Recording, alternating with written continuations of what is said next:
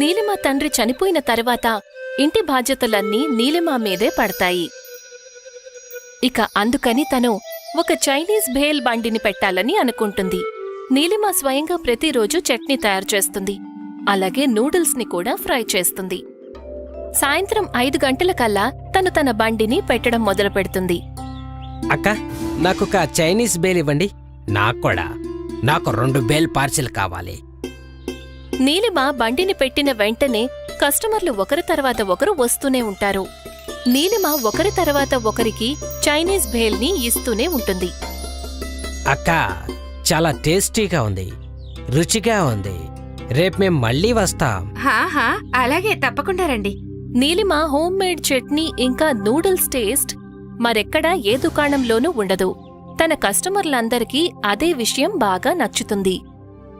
కొన్ని గంటల్లోనే నీలిమ తీసుకెళ్లిన వస్తువులన్నీ ఖాళీ అయిపోయేవి. తను ఇంటికి తిరిగి వచ్చేసేది. ఇదిగో అమ్మా, ఇవాల్టి సంపాదన. భలే, ఇవాళ నువ్వు 600 సంపాదించావా? ఇవాళ చట్నీ నూడిల్స్ ఎక్కువగా చేశాను. మంచిది, రేపటి నుండి ఇలాగే ఎక్కువగా చెయ్యి. అలాగే అమ్మా. నీలిమ నూడిల్స్ ని ఎంత ఎక్కువగా తయారు చేసినా సరే తన బండి తెరిచిన వెంటనే మొత్తం అంతా దడదడ ఖాళీ అయిపోతూ ఉండేది. ఒకరోజు నీలిమ తన ఇంట్లో కూర్చుని ఆలోచిస్తూ ఉంటుంది, అసలు తను ఏం చెయ్యాలా అని. అమ్మా, ఎంత చట్నీ చేసినా లేక ఎంత నూడిల్స్ చేసినా కూడా మొత్తం అంతా ఖాళీ అయిపోతున్నాయి. అది మంచి విషయమే కదమ్మా. అది నిజమే, కానీ కొంతమంది కస్టమర్లు ఎప్పుడూ ఒట్టి చేతులతో తిరిగి వెళ్లాల్సొస్తుంది. అదంతా మామూలమ్మా, దానికి మనమేం చేయగలం? నా దగ్గర ఒక ఐడియా ఉంది. అలాగా? ఏంటది? అక్క, నువ్వు రెడీమిక్స్ నూడిల్స్ ఇంకా చట్నీని కొనిపెట్టుకో. మధ్య మధ్యలో నీ చట్నీతో దానిని మిక్స్ చేస్తూ ఉన్నావంటే అప్పుడు ఎవరికీ తెలీదు. అలా ఎలా తెలియకుండా ఉంటుంది? అయ్యో అమ్మా, అక్క నూడిల్స్ మధ్యలో రెడీమిక్స్ నూడిల్స్ ఉన్నాయంటే ఏవి అక్క నూడిల్సో ఏవి రెడీమేడ్ నూడిల్సో ఎవరికి తెలుస్తుంది చెప్పు? నిజానికి నువ్వు చెప్పింది నిజమే, కానీ ప్రస్తుతానికి నేనిలా చెయ్యను. ప్రస్తుతం నేనింకా ఎక్కువ నూడిల్స్ చేస్తాను. అదైతే మంచిది నీలిమా. మరుసటి రోజు నుంచి నీలిమ ముందుగానే రెట్టింపు షేజ్వాన్ చట్నీ తయారు చేసి ముందు కంటే ఎక్కువ నూడిల్స్ ని ఫ్రై చేసి పెట్టుకుంటుంది. ఇప్పుడు అందరికీ సరిపోతుందనుకుంటున్నాను. అన్ని వస్తువుల్ని తీసుకుని నీలిమ బండి దగ్గరికి వెళ్తుంది. ఇక ఆ రోజు నీలిమ బండి దగ్గరికి ఒక ఫేమస్ ఫుడ్ బ్లాగర్ వస్తాడు. నేను ఈ అక్క చైనీస్ బేల్ తినడానికి వచ్చాను. చాలా టేస్టీగా ఉంటుందని విన్నాను. చూద్దాం. భలే, ఇది చాలా రుచిగా ఉంది. మీరందరూ కూడా నీలిమ అక్క నూడిల్స్ ని ఖచ్చితంగా టేస్ట్ చేయాల్సిందే. ఆ ఫుడ్ బ్లాగర్ వీడియో వైరల్ అవుతుంది. ఎవరెవరైతే ఆ వీడియోని చూస్తారో వాళ్ళు నీలిమ బండి దగ్గరికి చేరుకునేవాళ్లు. ఇప్పుడు నీలిమకి మళ్లీ నూడిల్స్ ఇంకా చట్నీ సరిపోలేదు. ఒక చైనీస్ బేల్ ఇవ్వండి అక్క. కానీ అంతా అయిపోయింది బాబూ, మీరు రేపొస్తారా? నీలిమకి తన కస్టమర్లని వట్టి చేతులతో తిరిగి పంపించడం ఏమాత్రం నచ్చేది కాదు. ఆ రోజు రాత్రి తను తిరిగి ఇంటికి వెళ్ళాక, అమ్మా, ఆ వైరల్ వీడియో కారణంగా కస్టమర్లు బాగా ఎక్కువైపోయారు. అదైతే మంచిదే కదమ్మా. అవును, కానీ ఇవాళ మళ్ళీ అంతా ఖాళీ అయిపోయింది. నేను కస్టమర్ని ఒట్టి చేతులతో పంపించాల్సి వస్తుంది. అయ్యో అక్క, నీకు మళ్ళీ చెప్తున్నాను, నా ఐడియాని ఉపయోగించుకో. అవును, అదే ఆలోచిస్తున్నాను. రేపు బజార్ నుండి సామాన్ తెస్తాను. వెరీ గుడ్ అక్క. మరుసటి రోజు నీలిమ పట్నం నుంచి పెద్ద క్యాన్తో షేజ్వాన్ చట్నీ, పెద్ద పెద్ద నూడిల్స్ ప్యాకెట్లు తెస్తుంది. తర్వాత నీలిమ రోజులాగా చట్నీని తయారు చేసి నూడిల్స్ ని కూడా ఫ్రై చేస్తుంది. వాటన్నిటినీ తీసుకుని తను బండి దగ్గరికి వెళ్తుంది. రోజులాగా నీలిమ బండి పెట్టిన వెంటనే కస్టమర్లు వచ్చేస్తారు. నాకు 2 చైనీస్ బేల్ పార్సిల్. నాకు ఒకటి. నాకు కూడా ఒకటి. నీలిమ పని చేస్తూనే ఉంటుంది. కొంచెం కొంచెంగా డబ్బాలో ఉన్న చట్నీ తగ్గిపోతూ ఉంటుంది. నేను బజార్లో కొన్న చట్నీ ఇంకా నూడిల్స్ మిక్స్ చేయడం మంచిదనిపిస్తోంది. తర్వాత నీలిమ తన చట్నీలో బయట కొన్న చట్నీని కలుపుతుంది. ఫ్రైడ్ నూడిల్స్ లో బజారు నూడిల్స్ ని కూడా కలుపుతుంది. నాకు 2 చైనీస్ బేల్ కావాలి. ఇస్తున్నాను. నీలిమ ముందులాగా కస్టమర్లందరికీ కూడా చైనీస్ బేల్ ని తయారు చేసి ఇస్తుంది. అక్క, రుచిలో ఏదో తేడా ఉంది. ముందులాగా లేదు, కానీ బానే ఉంది. నీలిమ సంతోషంగా ఉంటుంది తన కస్టమర్లకి బజార్లో కొన్న వస్తువులు కూడా నచ్చాయి అని. తర్వాతేముంది, ప్రతిరోజు నీలిమ బజార్లో కొన్న షేజ్వాన్ చట్నీ ఇంకా నూడిల్స్ ని తను తయారు చేసిన వస్తువుల్లో కలిపేసేది. ఎవరికి రుచిలో తేడా తెలియదు కదమ్మా. లేదమ్మా, పైగా అందరికీ బాగా నచ్చింది. మంచిది, ఛాయ ఐడియా పనిచేసినట్టుంది. నీలిమ శ్రమ పట్టం తగ్గుతుందని తల్లి అనుకుంటుంది. నెమ్మదిగా నీలిమ తక్కువగా వండటం మొదలు పెడుతుంది. ఎక్కువగా బజార్లో కొన్న వస్తువుల్నే ఉపయోగిస్తూ ఉండేది. కాని అప్పుడు కూడా తన బండి దగ్గర కస్టమర్లు ఎక్కువగానే ఉంటారు. తర్వాత ఒకరోజు నీలిమ బండి పక్కన అశోక్ తన చైనీస్ బండిని పెడతాడు. తను షేజ్వాన్ చట్నీ ఇంకా నూడిల్స్ అన్నిటినీ బజార్లో కొని తెచ్చేవాడు. నీలిమ కస్టమర్లు అశోక్ చైనీ భేల్ని కూడా రుచి చూస్తారు. ఇది అచ్చం నీలిమాక చట్నీలాగా ఉంది. ఏంటి నిజంగానా? ఒక్కొక్కరిగా అందరు కస్టమర్లు అశోక్ భేల్ని టేస్ట్ చేస్తారు. వాళ్ళకి అది కూడా నచ్చుతుంది. అశోక్ చాలా తెలివైనవాడు. అతను కస్టమర్లను తన వైపు లాక్కోవడానికి అతను చైనీస్ భేల్ ధరను 10 రూపాయల నుండి 8 రూపాయలకు తగ్గించేస్తాడు. ఏంటి 8 రూపాయలకేనా? బాగుంది. ఎలాగో రుచి ఇద్దరిది ఒకేలా ఉంది కదా. అవును, నిజమే. ధర తక్కువగా ఉన్న కారణంగా అశోక్ బండి దగ్గర కస్టమర్లు ఎక్కువగా ఉంటారు. ఇక చూస్తూ ఉండగానే నీలిమ బండి ఖాళీ అయిపోతుంది. ఇవాళ మొదటిసారి నీలిమ వస్తువులన్నీ మిగిలిపోయాయి. తను ఎంతో దిగులుగా ఇంటికి వెళ్తుంది. ఏమైందమ్మా? అశోక్ నా బండి పక్కన చైనీస్ బేలా బండి పెట్టాడమ్మా. ధర 8 రూపాయలే పెట్టాడు. ఇప్పుడు నా దగ్గరికి ఎవరూ రావడం లేదు. అయితే అక్క, నువ్వు కూడా ధర తగ్గించు. కానీ దానివల్ల లాభం తగ్గిపోతుంది కదా. ఏం పర్వాలేదు, కనీసం అంతా అమ్ముడుపోతుంది కదా. హా. మరుసటి రోజు నీలిమ కొత్త బోర్డు తగిలిస్తుంది. తను చైనీస్ బేల్ ధర 7 రూపాయలు చేస్తుంది. 7 రూపాయల ధరను చూడగానే కస్టమర్లు నీలిమ బండి దగ్గరికి వెళ్తారు. ఇప్పుడు నేను ఏదో ఒకటి చేయాల్సిందే. అశోక్ తన ధరను తగ్గించి 5 రూపాయలు చేస్తాడు. 5 రూపాయలకే బేలా? నేను ఇవాళ 2 ప్లేట్లు తింటాను. ఆ తర్వాత మళ్ళీ కస్టమర్లందరూ కూడా అశోక్ బండి దగ్గరికే వెళ్తారు. నీలిమ తల పట్టుకుంటుంది. తనకి అసలు ఏం చెయ్యాలో ఏమీ అర్థం కాదు. ఎన్నో గంటల పాటు అక్కడే కూర్చున్న తర్వాత నీలిమ ఇంటికి తిరిగి వెళ్తుంది. నా ఐడియా పనిచేసింది కదక్కా? లేదు, అశోక్ ధరను 5 రూపాయలు చేశాడు. ఇవాళ కూడా నూడిల్స్ అమ్ముడు పోలేదమ్మా. నేను 5 రూపాయల కంటే తక్కువగా నూడిల్స్ అమ్మడం అసలు కుదరదు. మరిప్పుడేం చేస్తావ్? నేను నీ మాట వినకుండా ఉండాల్సింది. నా చైనీస్ బేల్ వ్యాపారం బాగా నడుస్తూ ఉండేది. ఎక్కువ లాభం గురించి ఆలోచించి బజార్ నుండి కొని తీసుకొచ్చాను. దానివల్ల నాకు నష్టాలు మొదలయ్యాయి. నేను స్వార్థంగా ఆలోచించకుండా ఉండాల్సింది. కానీ నువ్వు ఇప్పుడేం చేస్తావు నీలిమా? ముందు ఏం చేసేదాన్నో అదే చేస్తాను. స్వయంగా చట్నీ నూడిల్స్ తయారు చేసి చైనీస్ బేల్ తయారు చేస్తాను, పూర్తిగా నిజాయితీగా. మరుసటి రోజు నీలిమ షేజ్వాన్ చట్నీ నూడిల్స్ ని తయారు చేయడం మొదలు పెడుతుంది. ఆ తర్వాత సాయంత్రం తను తన బండి దగ్గరికి చేరుకుంటుంది. నీలిమ బోర్డ్ చేయించేసి 10 రూపాయలు రాస్తుంది. అలాగే దానిమీద హోమ్ మేడ్ చైనీస్ బేల్ అని రాస్తుంది. కాసేపటి వరకు నీలిమ బండి దగ్గరికి కస్టమర్లు రారు. ఆ తర్వాత ఒక ఆవిడొస్తుంది. మీ చైనీస్ బేల్ ఎందుకింత ఖరీదక్కా? నా చట్నీ ఇంకా నూడిల్స్ హోమ్ మేడ్ కాబట్టి, ఇటువంటి రుచి మీకు మార్కెట్లో ఇంకెవరి దగ్గర దొరకదు కాబట్టి ఒక చైనీస్ బేల్ ఇవ్వండి అక్కా. హా. నీలిమ వచ్చిన ఆవిడికి చైనీస్ బేల్ ఇస్తుంది. చాలా బాగుంది. ఇంతవరకు ఇటువంటి చైనీస్ బేల్ నేనెప్పుడూ తినలేదు. నెమ్మదిగా నీలిమ రెగ్యులర్ కస్టమర్స్ తిరిగి వస్తారు. ఇది పాత బేల్లక చాలా రుచిగా ఉంది. చాలా బాగుంది. ఇక ఆ తర్వాతే ఉంది, కస్టమర్లందరూ కూడా నీలిమ చైనీస్ బేల్ కోసం వచ్చేస్తారు. అశోక్ బండిలో ధర తక్కువే, కాని అక్కడికి ఒక్క కస్టమర్ కూడా వెళ్లరు. అశోక్కి తను ఏం చెయ్యాలో అసలేమీ అర్థం కాదు. కాని నీలిమ చేసే ఒరిజినల్ చైనీస్ బేల్కి సాటి ఉండదు. మళ్ళీ ఒకసారి నీలిమ వ్యాపారం పెరుగుతుంది. తను సంతోషంగా ఉంటుంది. ఇంకెప్పుడూ కూడా తను వ్యాపారంలో స్వార్థాన్ని చూపించదు. మీను ఇంకా రాజు మహారాష్ట్రలో ఒక గ్రామంలో ఉండేవారు. చిన్నప్పుడే వాళ్ళ అమ్మా నాన్న చనిపోయారు. అందుకే వాళ్ళ నాన్నమ్మ పెంచుతుంది. పేదరికం వల్ల వాళ్ళింట్లో గ్యాస్ సిలిండర్ ఉండేది కాదు. ముగ్గురు ఉదయాన్నే అడవిలో కర్రలు కొట్టడానికి వెళ్ళేవారు. మీను, ఇప్పటి వరకు మనం ఎన్ని కర్రలు దాచాము? నేను 15 కర్రలు జమ చేశాను. వెధవా, నువ్వు 10 కర్రలే జమ చేశావు. నాన్నమ్మ తన అబద్ధం చెప్తుంది. తను ఇప్పటి వరకు కేవలం 10 కర్రలు మాత్రమే తయారు చేసింది. నా 5 కర్రలు దొంగతనం చేసింది. మీ ఇద్దరూ గొడవ పడ్డం ఆపండి. మీ ఇద్దరి మధ్యలో గొడవ ఎందుకు పెట్టుకుంటారు? మీ పని మీరు చేసుకోండి.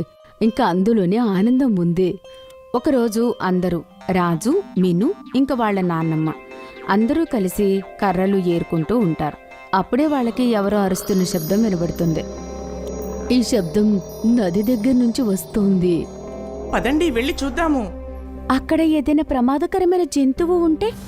తల్లి, మనం ప్రమాదంలో ఉన్న వాళ్ళకి సహాయం చెయ్యాలి. అసలు చూడాలి కదా, అక్కడ ఎవరు ఉన్నారో ఏంటో తెలుసుకోవాలి. అసలు ఎవరు అరుస్తున్నారో కదా. ముగ్గురు నది దగ్గరికి వెళ్తారు. వాళ్ళు అక్కడే ఒక చెట్టు వెనక దాక్కుని చూస్తూ ఉంటారు. ఒక రాక్షసుడు నది ఒడ్డున కొట్టుకుంటూ ఉంటాడు, ఇంకా పీలుస్తూ ఉంటాడు. అతను చాలా పెద్ద రాక్షసుడిలా ఉన్నాడు. మనం వెళ్ళాలంటావా నాన్నమ్మ? మీరిద్దరూ ఇక్కడే ఉండండి, నేను వెళ్ళి చూసి వస్తాను. నాన్నమ్మ రాక్షసుడి దగ్గరికి వెళ్తుంది. రాక్షసుడికి చాలా చోట్ల దెబ్బలు తాకే ఉంటాయి. ఎలా అనిపిస్తుందంటే రాక్షసుణ్ణి ఎవరో బాగా కొట్టినట్లు. నువ్వు ఎవరు? ఇంకా ఇక్కడ ఏం చేస్తున్నావు? అమ్మా, నేను సముద్రం ఒడ్డు నుంచి ఇలా ఇక్కడికి వచ్చాను. మరి నువ్వు ఇక్కడి దాకా ఎలా వచ్చావు? నేను మాంసం తినను, అందుకే మా జాతి వాళ్ళు నన్ను వాళ్ళ నుంచి వెలివేశారు. నేను మహారాష్ట్రకి రాగానే అందరూ నా ముఖం చూసి భయపడ్డారు. వాళ్ళు నన్ను రాళ్లతో కొట్టారు. నేను భయపడుతూ ఇక్కడికి వచ్చాను. రాజు, మీను, చెట్టు నుండి ఇలా రండి. ఇతను చెడ్డ రాక్షసుడు కాదు. రాజు, మీను ఇంకా నానమ్మ కలిసి రాక్షసుడి దెబ్బల్ని కడతారు. ఇంకా తినడానికి పండ్లు ఇస్తారు. ఈ పండ్లు మేము ఈ అడవిలోనే కోసాము. నువ్వు వెతికితే ఇక్కడ జామ పండ్లు, సపోటా పండ్లు, ద్రాక్ష పండ్లు దొరుకుతాయి. ఇంకా అప్పటినుంచి రాజు, మీను ఇంకా నాన్నమ్మ కర్రలు జమ చేయడానికి వెళ్ళినప్పుడల్లా రాక్షసుని కలిసి వచ్చేవారు. కాని ఒకరోజు ఒక పోలీస్ అతను ముగ్గురిని ఆపేస్తాడు. మీరు ముగ్గురు వినండి, ఇవాల్టి నుంచి అడవిలోకి రాకండి. చెట్లని నరకకూడదని గవర్నమెంట్ ఆర్డర్ పాస్ చేసింది. మీరు తప్పుగా అర్థం చేసుకున్నారు. మేము ఏ చెట్లను కొట్టము, కేవలం కింద పడి ఉన్న కర్రలను మాత్రమే తెచ్చుకుంటాం. ముసలిదానా, తెలివితేటలు చూపించకు. నేను ఒక్కసారి చెప్పానంటే అంతే. ఇలా ముగ్గురిని అడవికి వెళ్లకుండా ఆపేస్తారు. కర్రలు లేకపోవడం వల్ల రాజు, మీను ఇంట్లో పోయి వెలగడం కూడా కష్టమైపోతుంది. పండ్లు దొరకడం కూడా కష్టమైపోయింది. ఇంకా నాన్నమ్మ తనకు తెలిసిన షాపులో రాజు ఇంకా మీను కోసం కొన్ని సామాన్లు అప్పు తీసుకుని వస్తుంది. ఇదిగోండి పిల్లలు, బిస్కెట్లు, మిక్సర్ తిని మీ ఆకలి తీర్చుకోండి. ఇంకా తెలీదు మన ఇంట్లో భోజనం ఎప్పుడు వండుతామో. కొన్ని రోజుల తర్వాత నాన్నమ్మ షాప్కి వెళ్ళినప్పుడు షాప్ అతను అప్పు ఇవ్వడానికి ఒప్పుకోలేదు. నువ్వింకా పాత అప్పే కట్టలేదు, మళ్ళీ సామాన్లు తీసుకోవడానికి వచ్చావు. ఇలా అయితే నీ జీవితం అయితే గడవదులే. కానీ ఒక పని చెయ్యి, నువ్వు నీ పిల్లల్ని నువ్వు తీసుకొని ముంబైకి త్వరగా వెళ్ళిపో. ఇంటికి వచ్చి నాన్నమ్మ ఆ విషయం రాజు ఇంకా మిన్నుకి చెప్తుంది. పిల్లలు, మీరు ముంబైకి వస్తారా? హా నాన్నమ్మ, ముంబై వెళ్దాము. నేను ముంబై చూడ్డానికి చాలా ఎగ్జైటింగ్గా ఉన్నాను. కానీ నాన్నమ్మ, ఏదైనా వ్యాపారం మొదలు పెట్టాలంటే డబ్బులు కావాలి కదా. మీ తాతగారి ఆఖరి గుర్తు ఈ మంగళసూత్రాలు నా దగ్గర ఉండిపోయాయి. ఇవి తాకట్టు పెట్టి నేను కొంత డబ్బు తీసుకుని వస్తాను. రాజు, మిన్ను ఇంకా నాన్నమ్మ ముంబైకి వెళ్తారు. కానీ వాళ్ళకి అర్థం కాదు ఏ వస్తువు బండి పెట్టాలి అని. నాన్నమ్మ, ముంబైలోని వడాపావ్ చాలా ఫేమస్. మనం వడాపావ్ బండి పెడదాము. లేదు, వడాపావ్ చాలా చోట్ల అమ్ముతున్నారు. అన్ని బండ్లలో ఆలు వడాపావే ఉన్నాయి. లేదు, సమోసా ఇంకా బ్రెడ్ పకోడా. లేదు, చౌమీన్ ఇంకా దోశ. చౌమీన్ బండి పెడదాం, ఎందుకంటే ఇక్కడ చౌమీన్ బండ్లు తక్కువగా ఉన్నాయి. అక్కడ రాక్షసుడు అడవిలో కంగారు పడుతూ ఉంటాడు. అతను అక్కడ రాజు, మీను ఇంకా నాన్నమ్మ కోసం ఎదురు చూస్తూ ఉంటాడు. ఈ రాజు, నాన్నమ్మ ఇంకా పిల్లలు నన్ను కలవడానికి రావడం లేదేంటి? వాళ్ళు నాకు భయపడలేదు కదా? లేక వాళ్ళకి నా మీద ఏమైనా కోపం వచ్చిందా? నేను కనీసం వాళ్ళని ఒక్కసారైనా కలవడానికి వెళ్ళాలి. ఒకరోజు రాక్షసుడు అడవి బయటకు రావడానికి ప్రయత్నిస్తాడు. కాని పోలీస్ అతన్ని చూస్తాడు. అతను గన్ను తీసుకుని రాక్షసుడి వెంట పడతాడు. రాక్షసుడు నదిలో మునిగి ఊపిరి ఆపుకొని అతని ప్రాణాలు కాపాడుకుంటాడు. పోలీసు వెళ్ళిపోగానే రాక్షసుడు బయటికి వస్తాడు. ఇంకా అక్కడ నిలబడి ఇలా అనుకుంటాడు. ఏది ఏమైనా కానీ నేను ఒక్కసారి నానమ్మని పిల్లల్ని కలిసి తీరాల్సిందే. వాళ్ళు ముగ్గురు ఏదైనా ప్రమాదంలో ఉన్నారేమో. వాళ్ళు ముగ్గురు ప్రమాదంలో ఉంటారు. ఎందుకు అంటే ముంబైలో వాళ్ళ చౌమీన్ వ్యాపారం అంత బాగా నడవడం లేదు. వాళ్ళ బండి దగ్గర ఇంకో 2 బండి వాళ్ళు చౌమీన్ అమ్మడం ప్రారంభిస్తారు. రాజు, నువ్వు ఇంటికి వెళ్ళు. జమీందారు పొలంలో నువ్వు ఏదైనా పని చేసుకుందువు.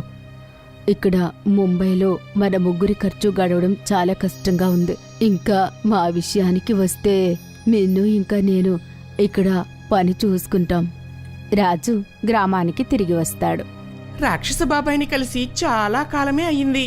నేను ఒకసారి అతన్ని కలిసి నా బాధ ఏంటో అతనికి చెప్పాలి. ఒక రాత్రి రాజు చెట్టు పొదల్లో వెళ్లి దాక్కుంటాడు. ఇంకా పోలీస్ అతను పడుకోవడం కోసం ఎదురు చూస్తూ ఉంటాడు. పోలీసులను పడుకోగానే రాజు అడవిలోకి దూరుతాడు. రాక్షసుడు ఒక చెట్టు మీద కూర్చొని ఉండేవాడు. రాక్షసుడు రాజుని చూడగానే అతను చెట్టు మీద నుంచి కిందకు దూకుతాడు. రాజు భయపడి ఇలా అంటాడు. నువ్వు నన్ను భయపెట్టేశావు బాబాయ్. ఇంకా చెప్పు, నువ్వు ఎలా ఉన్నావు? ఇక్కడ బ్రతకడం చాలా కష్టంగా ఉంది. పోలీసు వాళ్ళు ఇక్కడ రోజు పహారా కాస్తున్నారు. ఇంకా నేను రోజు అతన్ని తప్పించుకు తిరగాల్సి వస్తుంది. మీరందరూ ఎక్కడికెళ్ళారు? ఇన్ని రోజుల తర్వాత నువ్వు కనిపించావు నాకు. మేము ముంబైకి వెళ్ళాం బాబాయ్. నానమ్మ ఇంకా మీను కూడా అక్కడే ఉన్నారు. అక్కడ మా వ్యాపారం అంత బాగా ఏం నడవటం లేదు. అందుకే నేను మళ్ళీ తిరిగొచ్చాను. మీరు అక్కడ ఏ వ్యాపారం మొదలు పెట్టారు? మేమక్కడ చౌమీన్ బండి మొదలుపెట్టాం. చౌమీన్ అంటే నాకు కూడా చాలా ఇష్టం. నాకు ఇంకా ప్లేన్ పకోడా అన్నా కూడా ఇష్టమే. మా అమ్మ నాకు పకోడా చామీన్ తయారు చేసి రోజు తినిపించేది. పకోడా చౌమీన్? చౌమీన్ చేసిన తర్వాత దానిలో శనగపిండి వెయ్యాలి. చౌమీన్ పకోడా ఇలానే తయారైపోతుంది. నాన్నమ్మ కూడా చౌమీన్ పకోడా తయారు చేశామితే. సరిగ్గా చెప్పావు. మామూలు చౌమీన్ అయితే అందరూ తయారు చేసి అమ్ముతుంటారు. మీరొకవేళ చౌమీన్ పకోడా తయారు చేసి అమ్మితే చాలా మంది కస్టమర్లు మీ బండి దగ్గరికే వస్తారు. అందరూ కొంటారు. రాక్షస బాబాయ్, నేను ఈసారి సిటీకి ఒంటరిగా వెళ్ళను. నిన్ను తీసుకునే వెళ్తాను. లేదు, పబ్లిక్లోకి వెళ్ళడం అంటే నాకు చాలా భయంగా ఉంది. భయపడకు, నేను జనాలకి అర్థమయ్యేలా చేస్తాను నువ్వు ఒక మంచి రాక్షసుడివి అని. రాజు మరుసటి రోజు పోలీస్ అతనితో మాట్లాడతాడు. అంకుల్, అడవిలో ఒక మంచి రాక్షసుడు ఉన్నాడు. అతన్ని నాతో పంపించండి ప్లీజ్. రాక్షసుడు అందరికీ ప్రమాదమే. అందుకే అతన్ని నేను చంపే తీరుతాను. మీరు నా మాటలు నమ్మండి ప్లీజ్. ఆ రాక్షసుడు మాంసం అస్సలు తినడు. అందుకే అతని జాతి వాళ్ళు అతన్ని అక్కడి నుంచి వెళ్ళగొట్టారు. అతను మనుషుల మధ్యలోకి రాగానే మన మనుషులందరూ అతన్ని చూసి భయపడ్డారు కూడా. ఇంకా అందరూ అతన్ని రాళ్లతో కొట్టారు. రాక్షసుడికి చాలా అన్యాయం జరిగిందనిపిస్తుంది. సరే, నువ్వు రాక్షసుడిని తీసుకుని వెళ్ళొచ్చు. రాజు రాక్షసుణ్ణి అడవి నుంచి బయటకు తీసుకుని వస్తాడు. గ్రామ ప్రజలందరూ రాజుని రాక్షసుడితో చూసి ఆశ్చర్యపోతారు. రాజు రాక్షసుణ్ణి ముంబైకి తీసుకుని వస్తాడు. ఇంకా అతను రాక్షసుణ్ణి బండి దగ్గర నిలబెడతాడు. ఇంకా బండి దగ్గర చాలా మంది కస్టమర్లు నిండిపోతారు. అందరూ రాక్షసుణ్ణి దర్శనం చేసుకుని ఆ తర్వాత అతను చేసిన చామీన్ పకోడా కూడా తినేవారు. ఇంకా రాజు ఇంకా నాన్నమ్మకు మీనులకు డబ్బు సమస్య లేకుండా పోయింది. ఇంకా వాళ్ళు ముగ్గురు ఆనందంగా గడిపారు. ఒకవేళ వాళ్ళు రాక్షసుడికి సహాయం చేసి ఉండకపోతే వాళ్ళ రాక్షసుడి కష్టం వల్ల డబ్బులు సంపాదించేవారు కాదు. అందుకే అంటారు, మంచి పనులకు మంచి ఫలితం తప్పకుండా లభిస్తుందని.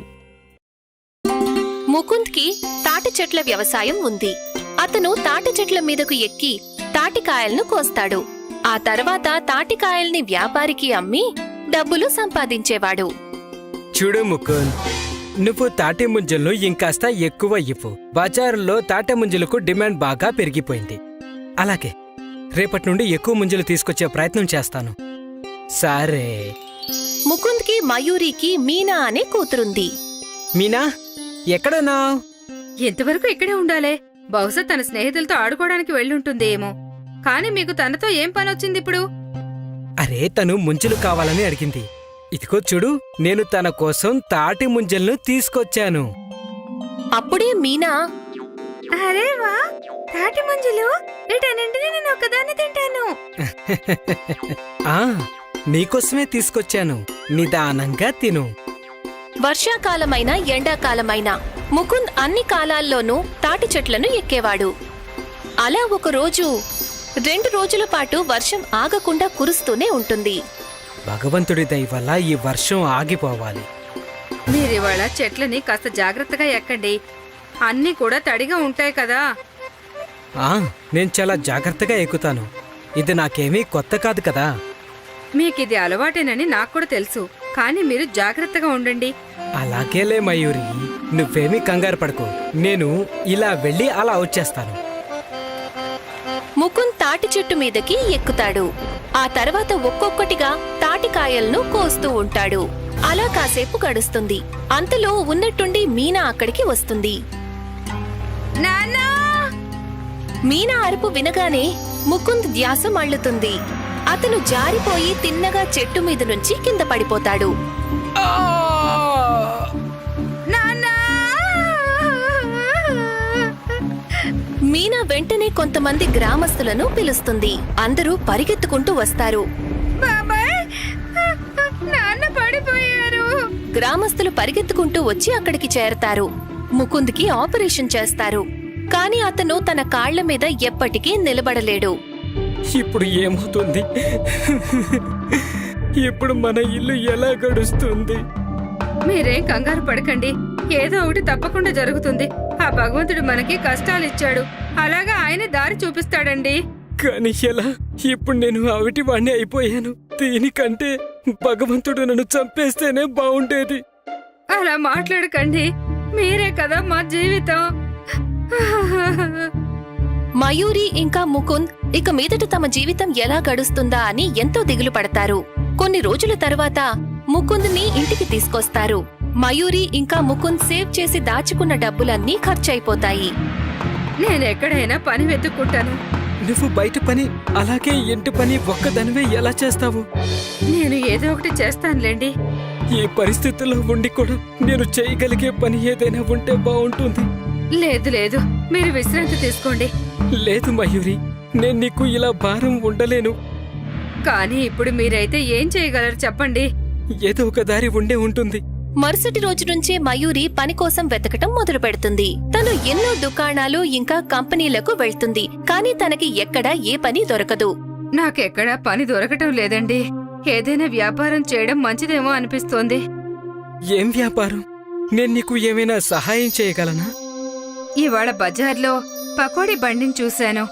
చాలా మంది జనం ఉన్నారక్కడ. నేను కూడా పకోడీలు బాగా చేస్తాను కదా, అందుకని నేను కూడా పకోడీలు అమ్మితే. ఉపాయం బానే ఉంది, కానీ అందరికీ కూడా ఆ బండి పకోడీలే బాగా ఇష్టం. అందుకని నువ్వు ఏదైనా కొత్త పద్ధతిలో పకోడీలు తయారు చేయాల్సి ఉంటుంది. కొత్తగా అంటే?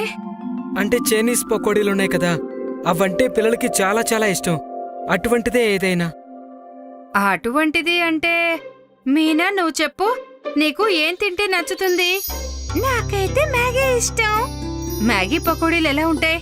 మ్యాగీతో కూడా పకోడీలు చేయొచ్చు. హా, అది కూడా కరకరలాడుతూ.